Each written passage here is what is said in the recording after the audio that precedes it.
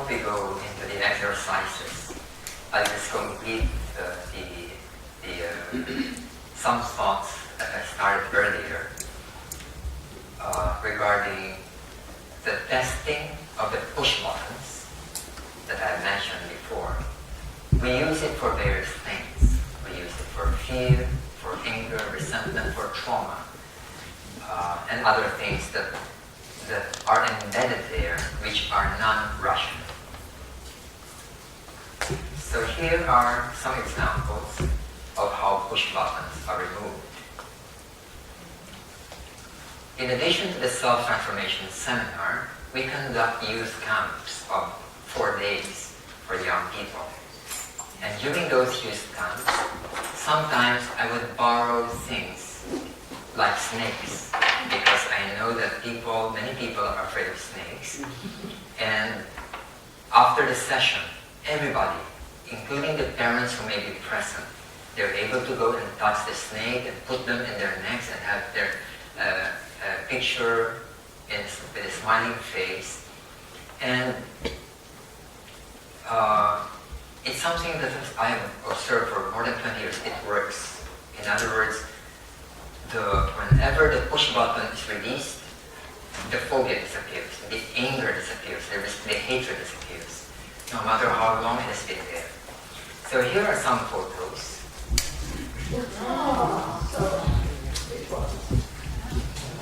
Of young people, and many of them don't want to touch the snakes, of course, but after being taught how to do it, they can do this.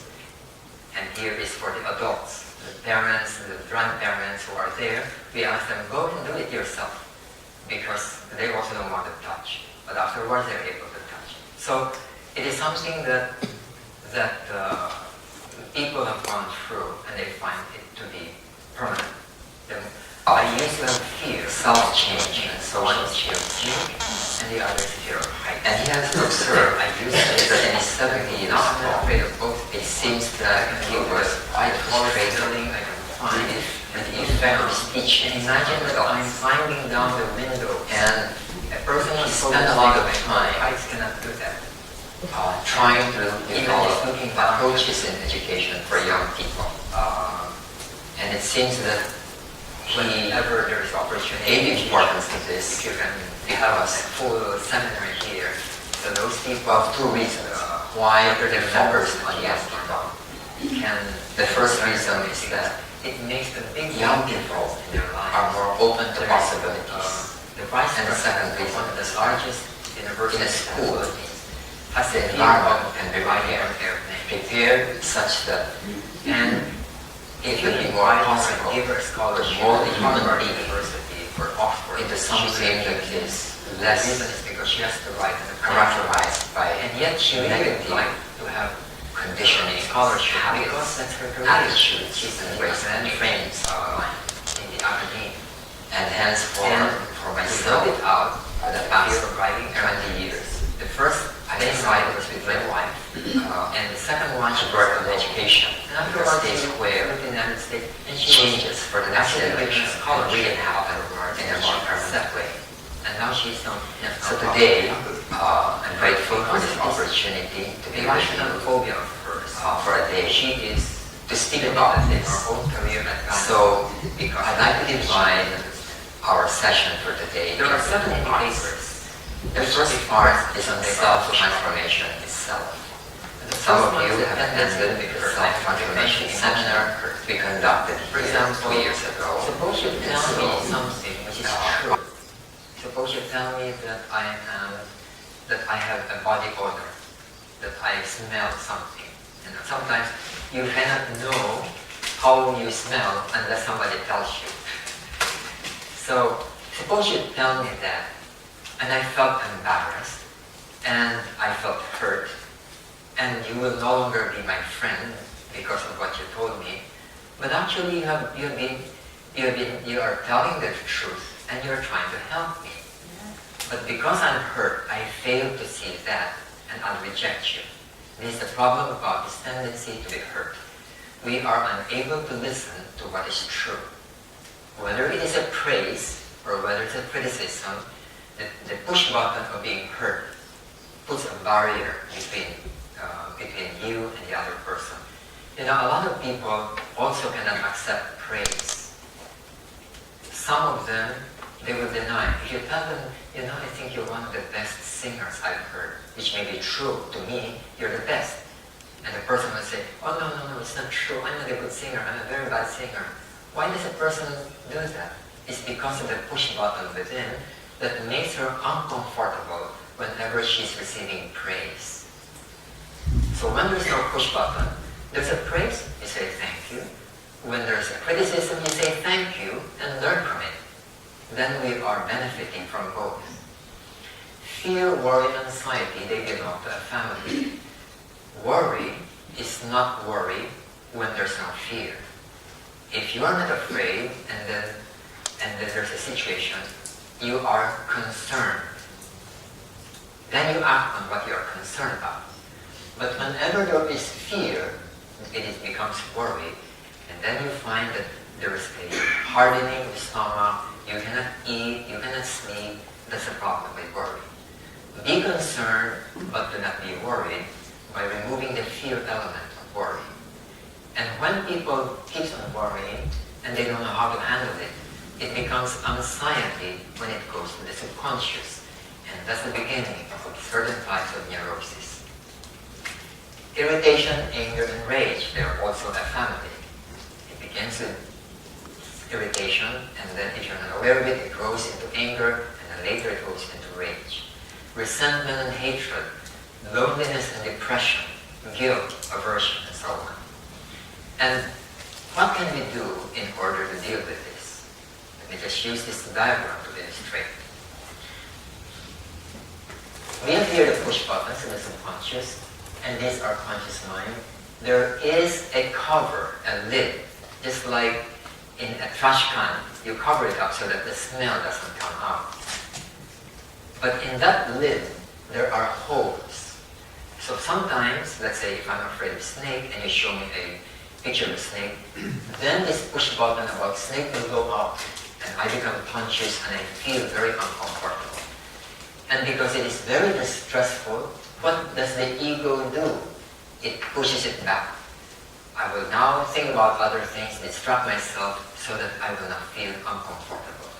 Then this fear goes back there and will remain there forever if we don't release it. Now, it's different when we use awareness.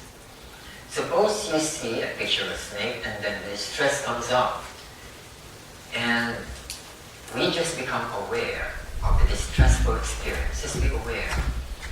When you are afraid or angry, what is it that you are experiencing? Anybody? Like we shared. What do you experience when you're angry or afraid? Breathing, the heart Heart breathing, heart beating. What else? You feel stress. What do you feel when you're stressed? Take note, the word stress is a concept. What is the experience behind stress? Tension. Where is the tension? On the shoulder, in the stomach. These are the experiences of distress, of fear, of anger, or depression. You feel something. Because if you don't feel something, then you're not really distressed. For example, can you be angry and at the same time be absolutely relaxed? No. Cannot be, impossible. No matter what the other person did, if you're very relaxed, you're not angry. You know that the person did something wrong, but you're not angry. Can you be afraid and be absolutely relaxed? Cannot be. The very nature of fear is tension.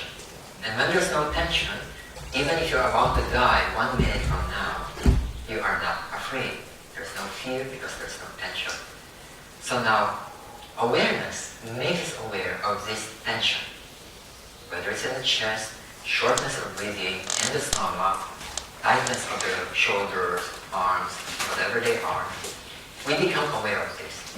And this tension is the arousal of this energy within that now wants to defend oneself. And then the energy is now out, not suppressed, now out. When we become aware of it, what happens? Energy is not static. It is not a frozen ice. It is something that moves. When you just watch it, it begins to move. And where does it move? It flows where it should flow right from the very beginning. And then you begin to feel that you're trembling in your hands. You may feel it here first on your chest, but later as it flows, you'll feel it in your hands, or legs, or mouth, or on the crown. And then when it flows down there, you may feel warmth, pins and needles, or numbness, or even hardness of the fingers, that you can even open your fingers. This is the manifestation of the rushing energy out. Just be aware of them. And then, after they have flowed enough, they'll begin to loosen and normalize. And then you just find that it's no longer in your chest, no longer in your stomach. The fear is not there. Is it permanent? You try it again. You look again at a snake or a fish of a snake and see whether it still triggers. It may still trigger, but not much less. Then you do the same thing. Watch it until it flows again. On the second or third or fourth time that you're watching and allowing it to flow naturally, you'll find that on the third or fourth, no more. You're looking at the snake, you're looking at the person you're angry with, no anger reaction anymore. You are not suppressing. In fact, you are actually provoking this anger or fear. You're actually stimulating without doing anything about it. You're not pushing it back. But it flows and then it goes away naturally. You will notice that children behave this way before they are taught to suppress. When you have 5 or 7 children playing in your home, just leave them alone. They'll be very happy, shouting, running, laughing. And after 2 or 3 hours, what happens? They will quarrel. They will quarrel. They will cry. They will even hurt each other. But if there are no adults, after another hour, what happens? They're very good friends again. They are again happy, jumping, and so on. What happened to the crying and the quarreling an hour ago? They did not suppress it. They cried, they really cried, then it flows. And afterwards, it's gone. They're now getting back to good friends. And even getting them again for 2 or 3 hours, they will quarrel again. And after another hour, they're good friends again. Children are like that. But we, as we are growing up, we are told, don't stop it, don't do this. And then we begin to freeze these reactions. That's when we begin to develop push buttons. Children don't have it. It's us adults who tell them not to. That's why Sigmund Freud says that we have a libido from the id that wants to do certain things. But society says don't do this and don't do that. And you develop what is called a superego that suppresses it. And when the ego, so you have the id, this natural thing in the subconscious, you have the superego, which is society, and the periphery of this is the ego. If the ego fails to balance between these two, he becomes neurotic. But if the ego is able to balance it, then you're alright, you're adjusted. But the thing is, the suppressed things here are still there. We must cope with them for year after year. So when we allow awareness to allow this to flow, it disappears completely and permanently. But you may release one, but there may be other things. I may be depressed about something, and let me go through it again until it's gone. I may have a painful memory in the past. Let me think of the memory, I feel tense, and let it flow again. Then after that, I think of the same memory, no more. This is, to my mind, one of the best ways to remove unhappiness in a person. It's no guarantee that we will be happy, but it will remove unhappiness. Because unhappiness comes from these 7 indicators. If we don't have them anymore, there's no cause for unhappiness. There's a situation, there's a problem outside, solve it, but without being unhappy. Is that possible? That's something that you'll have to find out.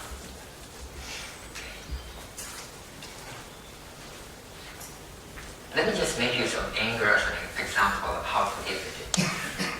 Anger, when it happens for the first time, doesn't out as anger, it is always preceded by first being irritated. But irritation doesn't also start as irritation, it starts as discomfort. If the first time you first be uncomfortable, and if you're not aware of it, you become irritated, and if you're not aware of it, you become angry. And there's a limit to self-awareness. If you're trying to be aware, there's a limit to it, and there's a limit beyond it. And if you're not aware of this, it becomes rage. And in rage, then no control anymore. The strong energy of rage can kill people, even if you're just holding a pen, a ball pen. You can kill people because the person in state of rage is so full of energy, and he doesn't think anymore, he doesn't know time, and he can kill the son whom he loves when there's rage. This is the reason why when we are aware of the discomfort, it doesn't grow to become an irritation. You solve the problem while it is a discomfort. So for example, suppose this room is too cold or too hot. And then suppose you are affected or I'm affected by it.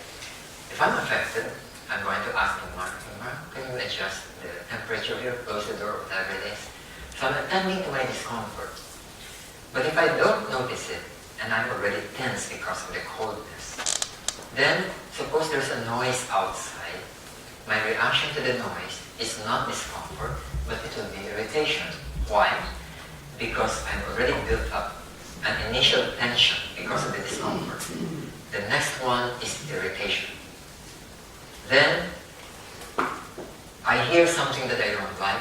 The next stage is anger. The three things, coldness, the noise outside, and what I hear, are completely unconnected. What connects them is the energy. And then one thing and the other produces anger on a third thing. When you're irritated, you come from the office, from your work. You're already tense. When you go home and your children are very noisy, you get angry with them. But there's no connection between the problem in the office and the noise of the children. But it's because of the tension level, so we go into the next level. But suppose in the office you were given a surprise party, you are given a surprise raise in your salary, and then when you go home, your children are noisy. Are you going to be angry with them? You'll probably join them in their noise because you're so happy. So it's not about the issue, but about the energy level. This is the thing that we need to be aware of. Okay. Before I now go into the exercise, do you have any questions on this so far?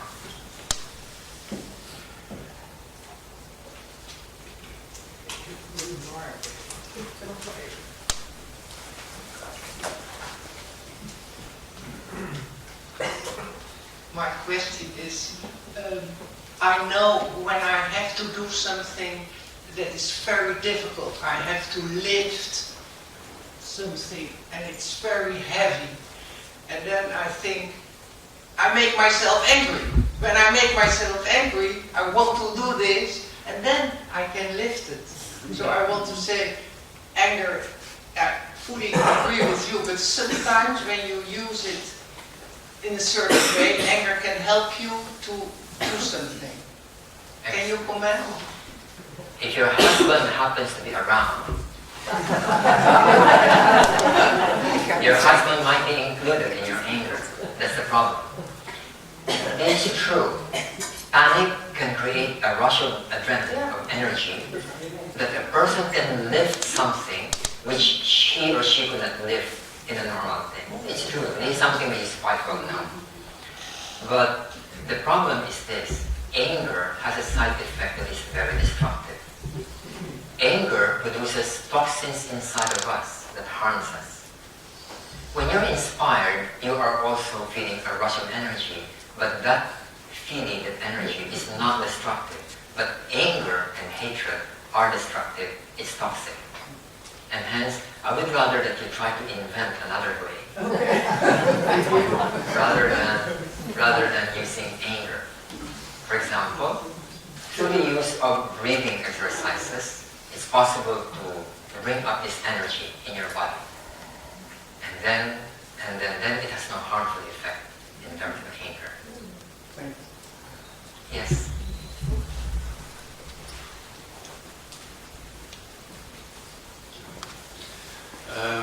I was carefully listening to what you were explaining about emotions and suppressed emotions. Are you saying it's right to observe mindfully what you are feeling, and accept it as being part of you without expressing it? Is that what you are saying? Because in psychotherapy, there's another approach. For instance, if you have been brought up under a lot of pressure and you are very fearful, you suppress not only your fear but also your aggression. And so in psychotherapy you see that therapists help the people to acknowledge that they are actually very angry and learn them to express it first before you approach the level of mindful observing your aggression. So I was wondering what's your view on that? We should distinguish between expression and release. The aim really of all therapy is release.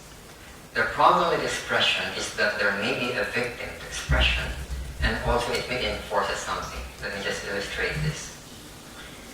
If I'm really angry right now, suppose I'm angry at Mr. A, and there's an energy coming up, and then a person talks to me about it, then I'm going to express my anger. That's expression.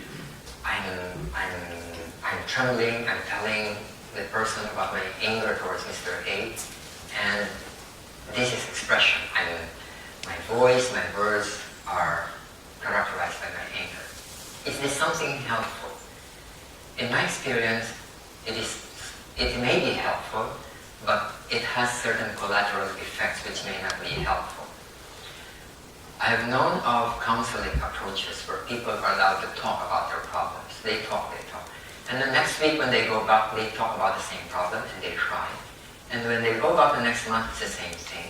In other words, it is expressed but not released. If it's expressed plus released, it's okay.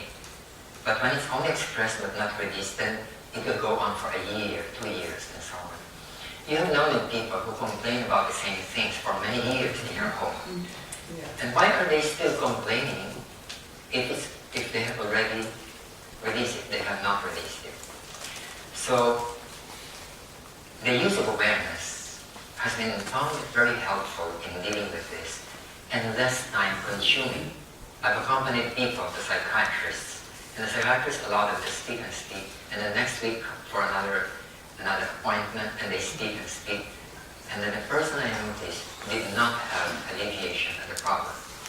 On the other hand, if the person is angry with Mr. A, then feel this anger without having to shout at Mr. A, just feel this, then this anger will begin to flow. This is the release part. And when it's flowing, you may notice that the hands will be trembling. It's really trembling, you're perspiring, feeling hot or cold and so on. The whole body may be trembling. This is the energy being released. Go through the breathing and allow it to release. And after it subsides, think about Mr. A. You'll notice you're not angry with Mr. A anymore. You did not shout at Mr. A. You did not curse Mr. A. You did not say anything, but the anger disappeared. And if you think about Mr. A tomorrow or next week, no more. So the person has already released the anger without having to express it. And in a certain study about workers in a company, they studied 2 groups of people who were equally upset about something. Then they asked group number 1 to talk about it, just to ventilate and express their anger about the issue. The other group were not encouraged to talk. In other words, just natural. After a month or so, they were measured as to their level of anger or being upset. They found that those who expressed it retained their anger for the whole month, up to the end of the month. The ones who did not forgot about it. In other words, certain types of expression without release can even increase the pattern. In some Japanese companies, what they do, I don't know whether they still do it now, they would have a small room with a pillow with a face. And when you're angry, go to the room and imagine that that's your manager, and you still start hitting a manager's face like that. The idea is to release it. But what happens is that it reinforces the anger pattern. And so they go out still angry, but the physical energy is released, but the emotional energy is still there. So instead, it was not released, or if it's released, there was a reinforcement of the same anger. So better to release it, whatever way that you do it, but not avoid expressing it. The expression is, especially if you're facing the person, you're going to have a second problem. You shout at the person and the person gets angry with you.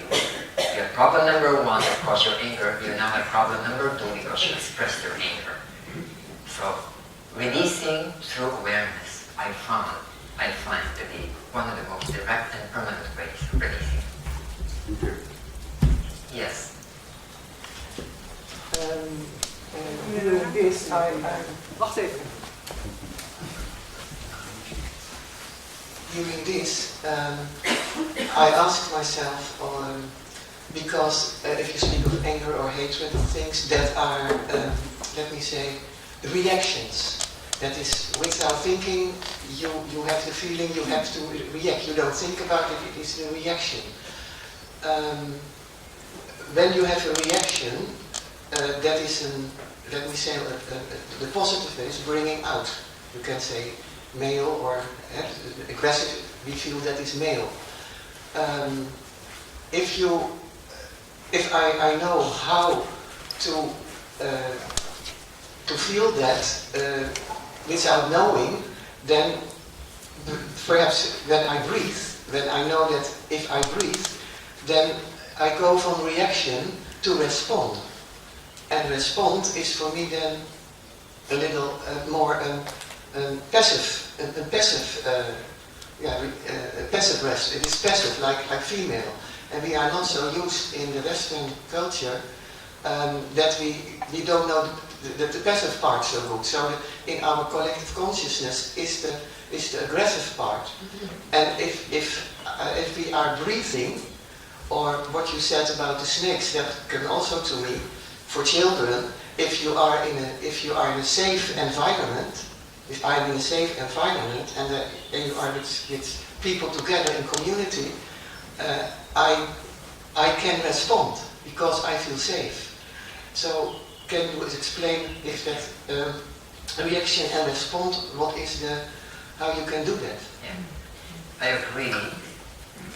In the use of the words, I also use the same words, response and reaction.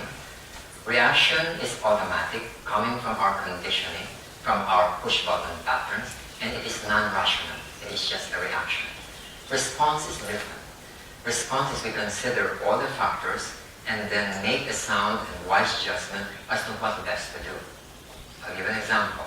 Suppose I hire an assistant and then I ask the assistant to do 1, 2, 3. And I gave instructions. And then tomorrow I find that he did it wrong. Now, do I need to be angry? Actually, no, because maybe my training was inadequate. And so I'll try to repeat it. No need to be angry because people don't learn things immediately the first time. So tomorrow I'm going to train him again and say, okay, I'll give you detail. You do this 1, 2, 3, and then can you repeat it? Can you do it again in my presence? And then the person does it. Okay, I think you know it already. Then the next day, the person again does the wrong thing. So now, what do? I have already trained him sufficiently enough that I'm convinced the training was sufficient because he repeated it in my presence. But afterwards, the person still makes mistakes. So it means that it may be a personal quality of the person, incapable of sustaining some learning or forgetful or what. Then I have to, if I react, I get angry. What kind of a this are you and so on. But if there was no reaction, then I would think, maybe this person is not suited for this job. Maybe he's a very good staff for other things, but not for this. Tell them to talk to the person. Either he's transferred elsewhere, or maybe he can work in another company or what. Then it is the response, no need for anger, because it's something that's very rational. And so you do it gently without anger towards the person, and maybe counsel him about what to do in such cases. But for this work, it's not suited, so maybe ego. But if you ask for another chance, okay, I'll probably give him another chance. And if on the fourth time he still doesn't do it, and say, maybe this is not what you really want to do. So maybe you look for another work, or we transfer it to another place. Then this will be a response without reaction. It's not about my anger, irritation, impatience, but rather I'm assessing what's happening to him, his suitability, his preparedness. Then that would be a more mature, wiser response rather than reacting in anger or irritation. I think in life, response is much, much wiser and better rather than just simply reacting. A lot of problems in life are the result of immediate reactions from our push buttons. All right. One more question here. Yes. I think it will be the last. Okay. Oh, two. It is Patanjali's tradition to think over the opposite. I don't know if there is any connection, if you can develop. Yes, reconditioning ourselves of the opposite can be helpful. But on a deeper level, awareness of that problematic behavior is the final solution. Temporarily, we use this kind of substitution. Even in meditation, we do two levels. The first level is substitution. The second level is awareness. It's always like that. Any kind of meditation, whether Zen, yoga, or what. What is substitution? Instead of the mind going, thinking this or that, you use a mantra, or you use following the breathing. You're substituting it until the mind is no longer interested in those things. And then later, you also stop counting or doing a mantra, and then the mind is still. At the beginning, substitution can work, but in the end, it must be awareness. Yes? And you explained us about releasing the anger, the energy, by focusing on it. Not focusing, but being aware. To be aware about Yeah. that. And you explained us that then the energy lives through your body. Can you tell me why it is? Why it happens? If you are aware of that it gives your body the reason behind it. In our system, in the etheric level, I'm using the word etheric because I don't like to use, for now, astral body. Because astral body, depending on how you grew up in philosophy, your understanding of astral body would be different. So the double, or the linga sarira, has its own network where the energy flows, the chi or the prana. In Hinduism, it's called the nadis. In acupuncture, it's called the meridians. And they circulate throughout the body 24 hours a day. Right now, as we sit here, this energy of chi goes through the body naturally. We don't even feel it. But the moment we get angry or we get afraid, we freeze, we hold on to it. Why do we freeze it? We need it for emergency. And when the danger passes, we let go again, and then we don't notice it anymore. So the holding of that energy is biologically needed, or even psychologically needed, but we must learn how to release it immediately when it's not needed anymore. So that's the process involved, that we have frozen it, and then it goes into subconscious where we don't do anything about it, and it becomes a problem. Neurosis comes from this.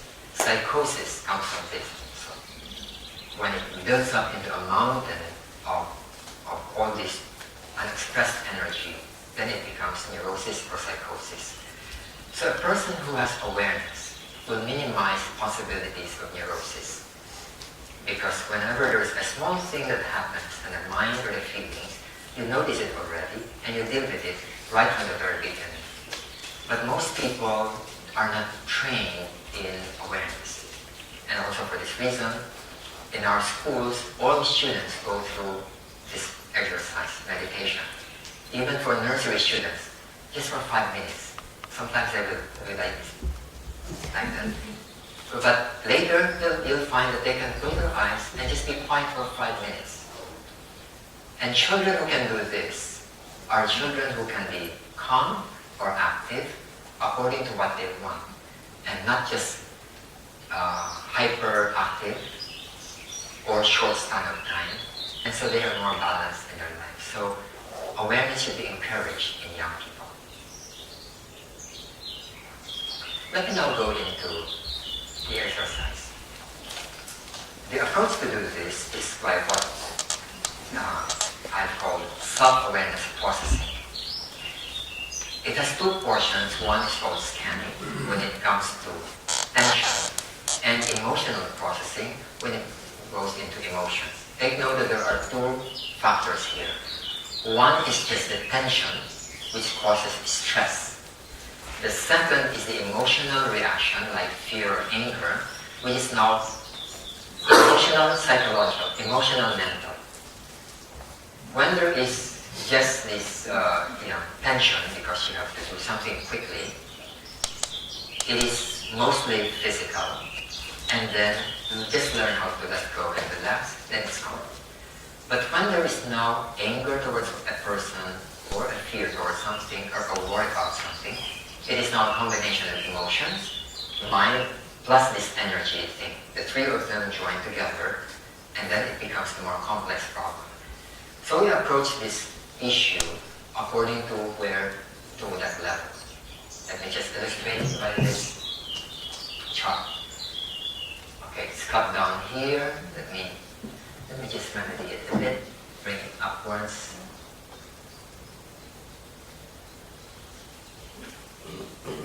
Sorry.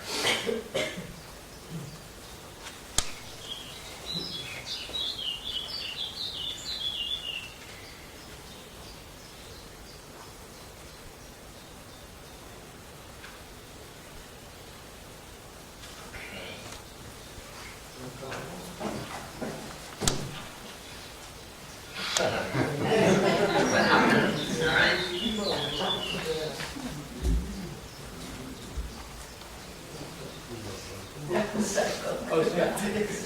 Ik zeg, nou moet je niet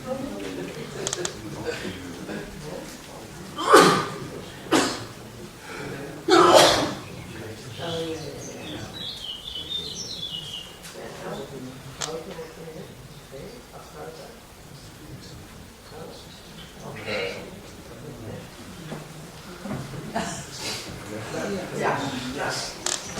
The problems we encounter in life are found in one or two or more of our levels of consciousness.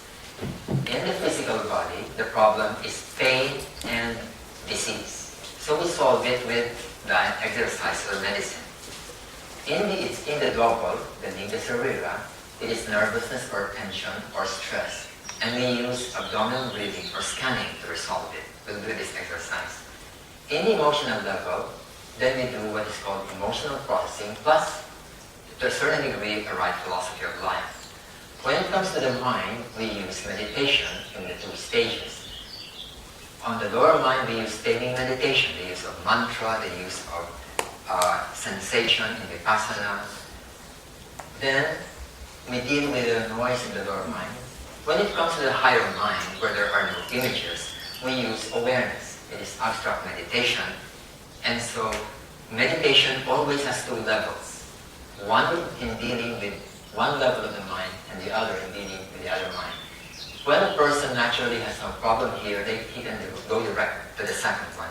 But most people, probably 99% of people, must go through the first one before going to the second one. And then on a higher level, in the ego center, it must be pure awareness. So in each of these levels where there are dysfunctions or problems, we need to use certain approaches in dealing with them. So here, in the stress and tension, we're going to use scanning, and the second is emotional processing. So let's begin with tension and stress. The basic approach is similar, except that the object is different. Now, tension and stress is really the beginning of all these problems. Stress leads to emotional distress, and it can be sources of family conflicts, physical illness, ineffectiveness in work, violence, unhappiness, suicide, and obstacle to spiritual life. If we ignore this in our spiritual life, we will keep on being pulled back to this. And that's why we have to attend to it, no matter how gross or physical they are. There are people who, even though they are saddled with a lot of problems on their shoulders, they're still cheerful, calm, and happy. And there are people who, even for small things like dirty floor, dirty kitchen, or a light that doesn't work, they get stressed a lot. It's not about the object of the problem, it's about the reaction to the problem, to the situation. And this is an internal reaction pattern. So I mentioned to you about the natural tendency of animals and human beings to tense when they are in danger. If a cat is facing a dog, the cat will tense, ready to fight. But after the dog goes away, then the cat becomes as soft as a soft pillow, as if there's no problem. When the dog comes back, it will do this again and be ready to fight or run away. When the dog goes away, then he's again very relaxed. I've watched cats this way, and I see how self-assured they are, how calm.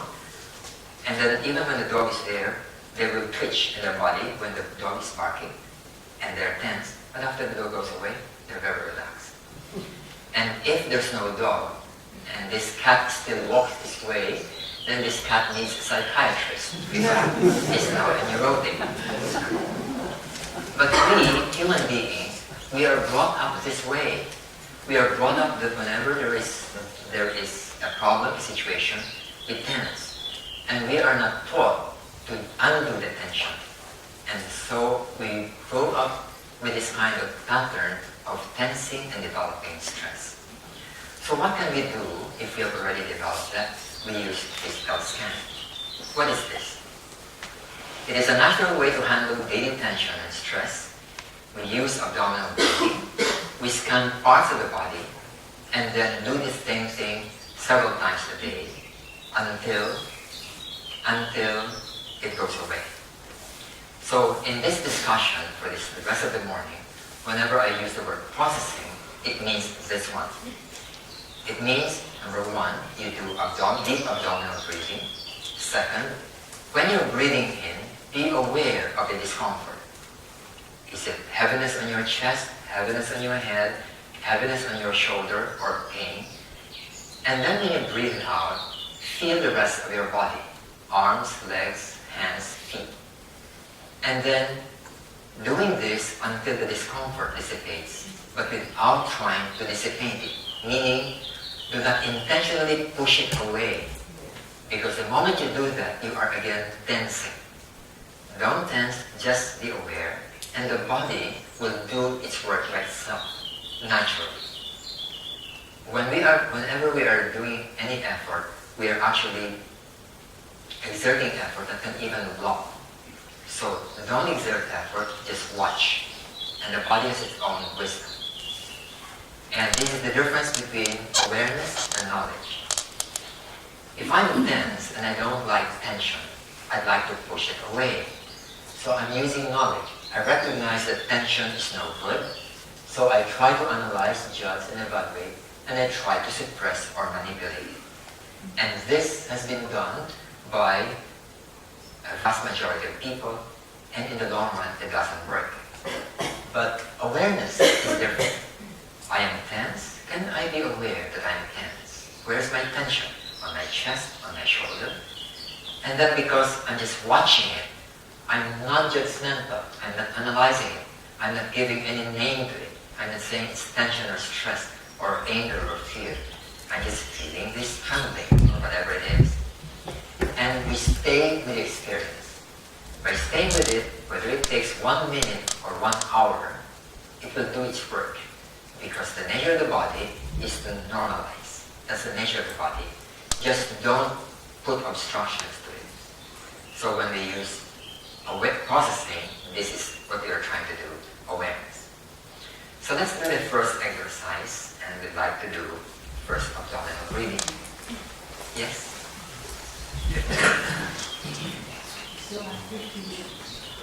Okay. Yes, thank you. So we'll just do the scanning today, and I'll explain maybe this afternoon about the emotional processing, but we will not devote time to the exercise because it will take a longer time, but the process is the same. This is what we do. In abdominal breathing, we start by expanding our abdomen and inhale.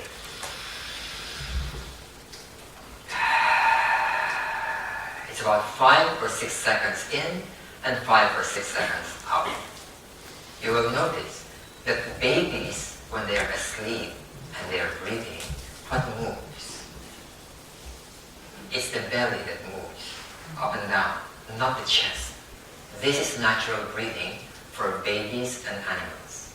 So we're going to do this and learn this back, and let's do abdominal breathing. Expand and inhale.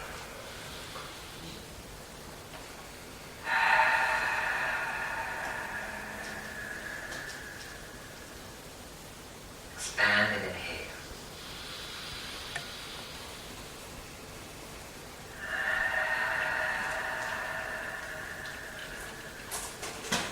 Again.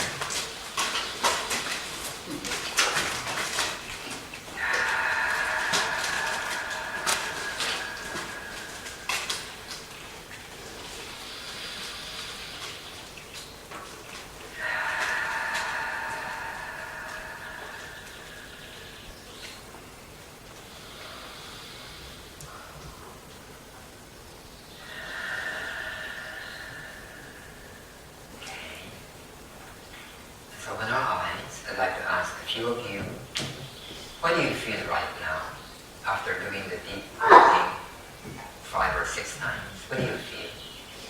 Relaxed. You feel relaxed? How about the others? You feel relaxed? The others? Yes. Connection to the legs, Legs. You feel something in your legs? connection. Connection. But you feel relaxed. Okay. How about the others? Less tension. In my Less tension. in my hands. What do you feel in your hands? It's like they are bigger, Bigger. wider. Yeah. In other words, there's something flowing in your hands. Less flow. Now, some of you, maybe not all of you, may say that you are now quite relaxed. But I'm not really sure whether you are really fully relaxed. So we're going to do this by scanning and find out whether you're truly relaxed. So this is what we're going to do in scanning. We're going to do the same breathing exercise, but this time part by part in the different parts of the body. First, we do abdominal breathing and feel our skull, this crown of the head. And then as you breathe in, feel whether it is heavy, painful, tight, or fully relaxed. You do 2 breathing cycles with the crown. And when you breathe out, feel your arms and hands and legs. After the 2 breathing cycles, you go to the eyes and the face. Are your eyes heavy? Is there tension in your forehead? Just be aware of it, do not change it, just feel it as you do the 2 breathings.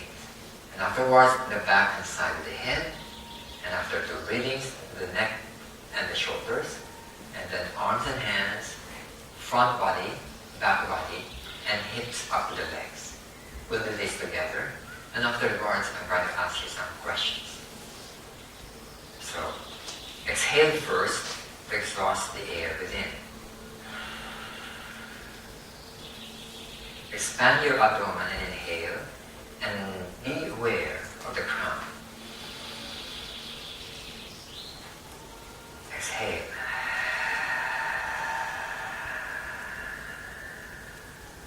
Inhale. Crown. Exhale. Feel your arms and legs. Then be aware of your eyes and face. Inhale. Exhale.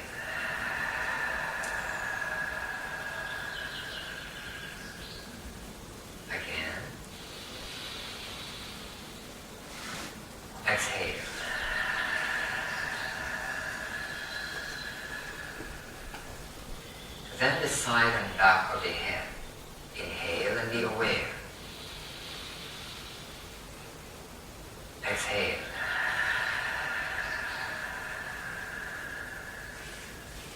Inhale. Exhale.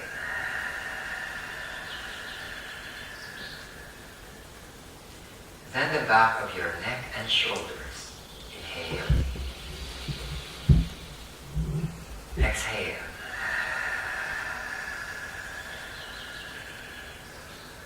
Again.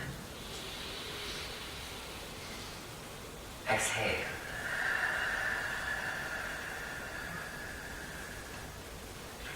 Then when you inhale, feel the upper arms, and when you exhale, feel the lower arms and hands. Inhale.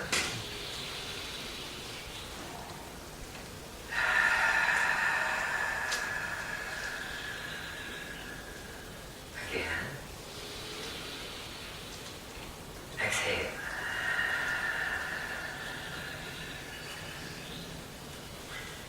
Then the chest and the stomach area. Inhale.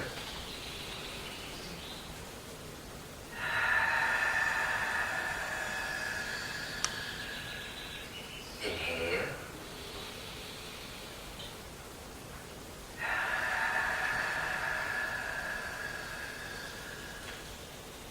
Then the upper and lower back. Inhale.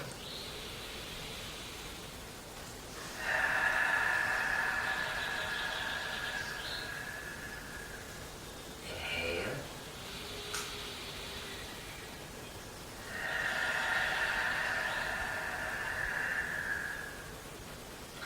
Then next when you inhale, feel your hips and upper legs.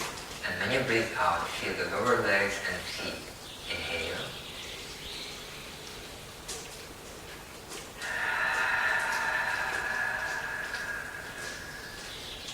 Again. Exhale.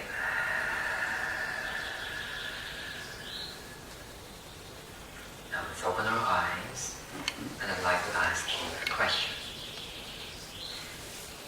If 0 is perfectly relaxed and 10 is very painful or uncomfortable, what number do you feel at this moment?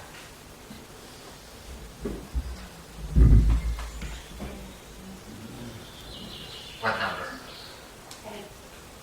Maybe 2. 8 is the worst, 10 is the worst, and 0 is the most relaxed. So 2.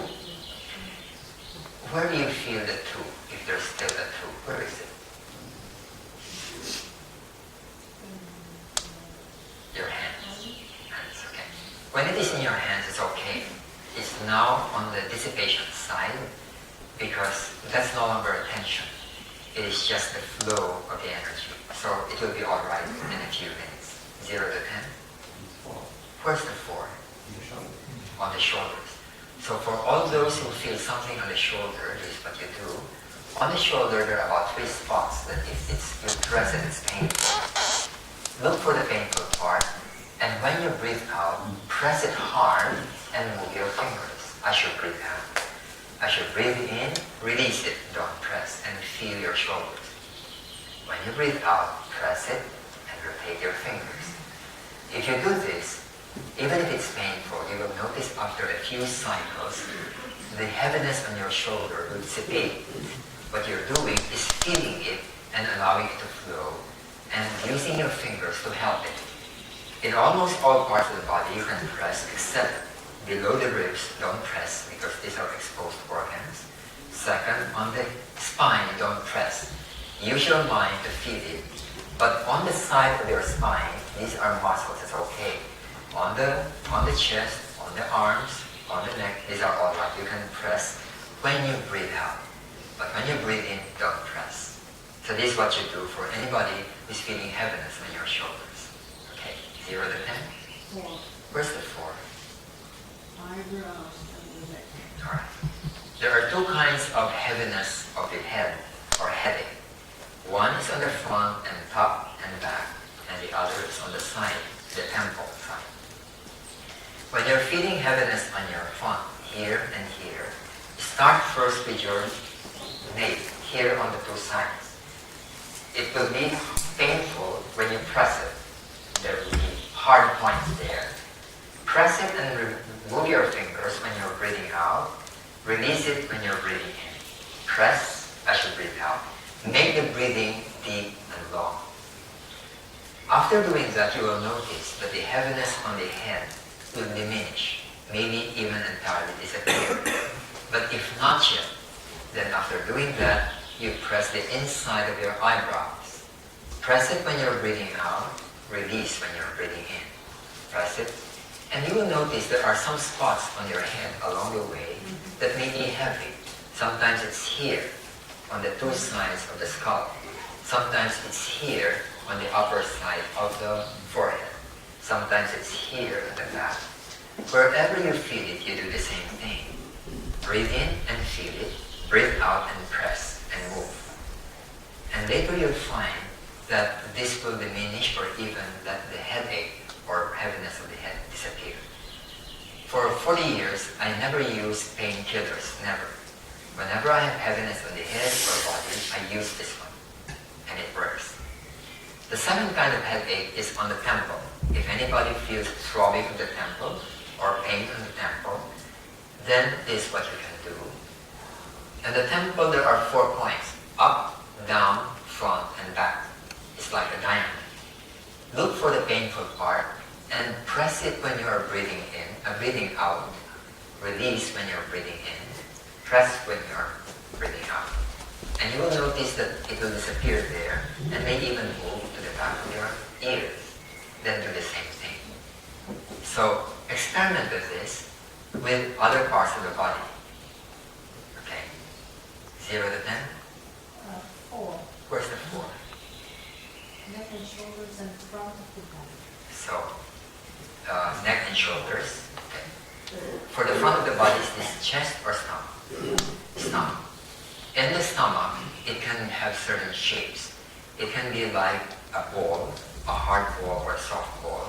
It can be like a rolled towel, small or big. It can be like a cloud. It can be big or small. So what you do is, if you feel it, breathe in and feel that sensation. Do not remove, do not change, do not push it away. Just feel it. And as you breathe out, feel your arms and hands. Keep on doing this, and you may notice that it begins to move. It begins to spread out. And then you may feel something in your hands and fingers or legs and feet. Allow this to happen, because it means that what has been kept there for some time, it can be a day or 10 years, it's beginning now to move and normalize itself. And then after that, when it's gone, then you're all right. But if it comes back a bit later, do it again, because it means that there's some left over. So for those who are feeling something in the stomach, you can do this. 0 to 10. 3, where's the 3? The knees and The calves. Okay. For the legs, for the upper thigh, when you're feeling it, breathe in and feel the upper thigh. And if there's a specific point, like here on the upper thigh or the lower, you can press it as you breathe out. Press hard and slide down. If it's on the calves here, do the same thing. You press it and slide only when you're breathing out. When you're breathing in, don't. And then afterwards, it will begin to flow. When it's on your foot or your toes or your fingers or hands, it's all right. It will disappear later. When it's in your hands or toes, it may have certain types of sensations. Pins and needles, currents, numbness, like what you're saying, it becomes very big, or it can become very hard. It's all right, don't worry about this, because it will just normalize later. Okay. Now, I cannot go through and ask everybody, but I'll mention the parts of the body that you may be feeling. If it's in the chest, you may feel as if it's a block, like flat, thick or thin, soft or hard. It can be like a ball here, or it can be like something piercing your left chest. If you feel any of these things, do the same thing. Breathe in and feel it, and when you breathe out, feel your arms and hands. Why arms and hands? Because these are the natural outlets of this congestion here. When you feel something on your throat, then be aware of the mouth when you're breathing out. Why? Because this is the outlet of another kind of push button that is concerned about relationships where you want to speak and you did not speak. Then it will get stuck here in your throat and it will go out of your mouth. And you may feel that your mouth is numb or tingling or becomes very thick. It's alright. When you breathe out, just feel this. But normally from the chest, it goes out to your arms and hands. For the back, there are two main points. One is the shoulder blade, right and left, the lower back, then the upper buttocks. If you feel this, then do the same thing. If you cannot reach your shoulder blade, then you don't have to. Just use your mind to be aware and feel the legs and feet. If you can reach it, press it. Here you can reach it. Then press the two sides when you're breathing out. Okay. Anything that you're feeling, which I have not mentioned yet. Yes? Hips. Here, on the hips. Hips you can press. Whether it's on the back, whether it's on the side, look for it, press it, and rotate your fingers when you're breathing out. In the case of the hips or the buttocks area, you have to press harder because you have thick mass over there. Okay. Anything else? Yes? Yes, something with heart rhythm disturbances. Has it also to do with breathing? Heart disturbances. Yeah, sometimes I have these disturbances. Palpitations. Yes, disturbances, but it has nothing to do with food and salt and moved, too little moving, nothing at all. And I'm fully calm, and still it occurs. Has it also to do, can it have something to do with breathing also? Not with breathing. Breathing can help. But the cause, I think you're asking for the cause or the way to deal with it. How to deal with it.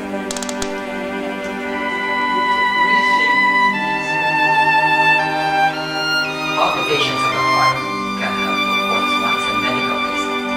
And if that is the case, you have to consult a heart doctor and see what is the problem, if there's a problem.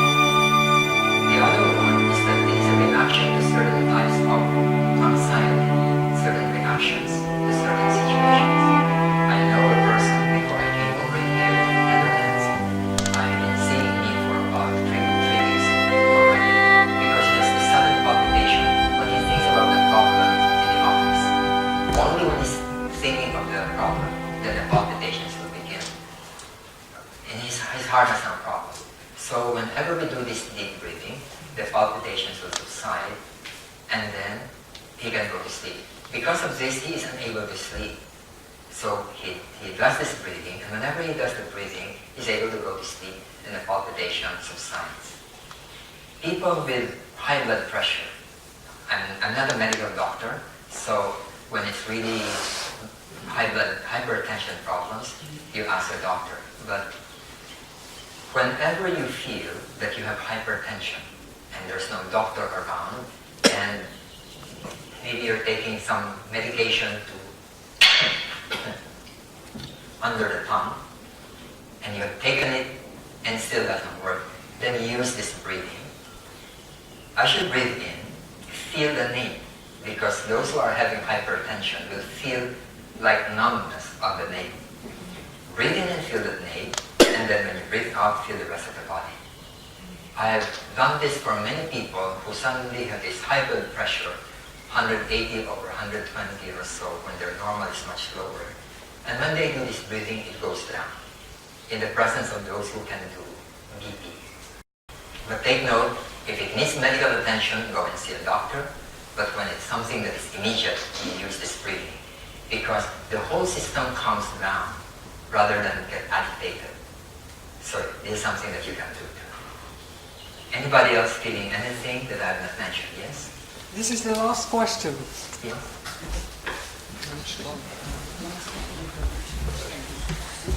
I do also breathing exercises at home, and what happens to me then, and that was now again, is that I start, I don't know the word in English, gapen. Yawning. So I'm very relaxed in my feeling, and I still, it starts then, but because we had to go through the 2 times, I actually wanted to do because I needed, the yawning came. And it is still going on, so I give into it, so I feel totally relaxed, but I want to ask you, is that something somebody else has also got? Who has it also? My suggestion is that whenever you feel yawning, give in fully to it. Yawn as big as you can if you wish to. So sometimes I see some friends who will yawn and they are really suppressing it. I would tell them, go ahead and yawn fully. Give way to it because it is a condition of the body that is needed by the body. Yawning, burping, sometimes it's burping, then it's something coming out from the stomach. And, sometimes vomiting. When people do processing, not only do they burp, but sometimes they feel like vomiting even if there's nothing in the stomach. Like it's empty, they haven't eaten anything. I would tell them, go to the toilet and go and vomit. Oftentimes it's just the saliva coming out.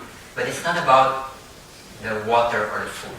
It's about the contraction there that releases a long-held congestion, push button, in the stomach area, usually connected with fear and anxiety. So go ahead and let it go. That's a natural reaction of the body to the release. All right. Now we will now conclude. But if anybody among you still feels, let's say, 4, 5, 6, and so on, do the breathing. Even when we have dispersed, do the breathing until it goes down to 1 or 0. If it's 2, you decide whether it's uncomfortable or not. Usually, when we are moving about, it's about 1, and it's rarely 0. Because when you're really in the dead pose in yoga, maybe you're 0, but when you're just sitting, it's not really a full 0. So 2 or 3 and above, watch it and see where it is, then do the breathing until it goes down. Tomorrow, or whenever, Monday, if you're, whatever it is that you do tomorrow or the next day, try to watch yourself every hour. Every hour you ask yourself, 0 to 10, what do I feel? If you say 3 or 5, ask yourself, where do I feel the 3 or 5? And if it's on the chest, go through this breathing until it's gone.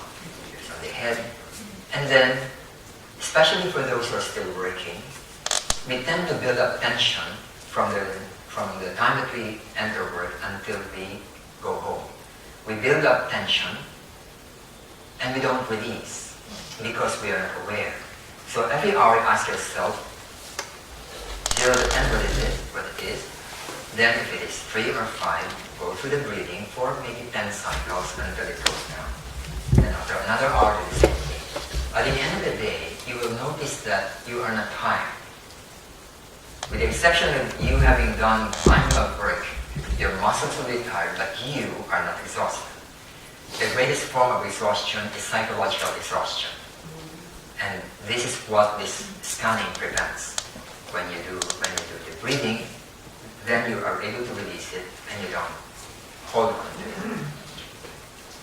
This prevents stress. Stress is just continuous tension, unconscious. So this prevents stress. And if you're an unstressed person, you will notice that you are not likely to become an unhappy person. Because tension, this congested energy, is the beginning of emotional distress. And an emotional distress is the cause of unhappiness. Unhappiness is not directly connected with problems. People can solve problems without being unhappy, no matter what problems they are. But it's their reaction which makes them unhappy, not the problem itself. Okay. Let's pause now, and then after that, I'm going to talk a bit about the emotional processing, although we're not going to do the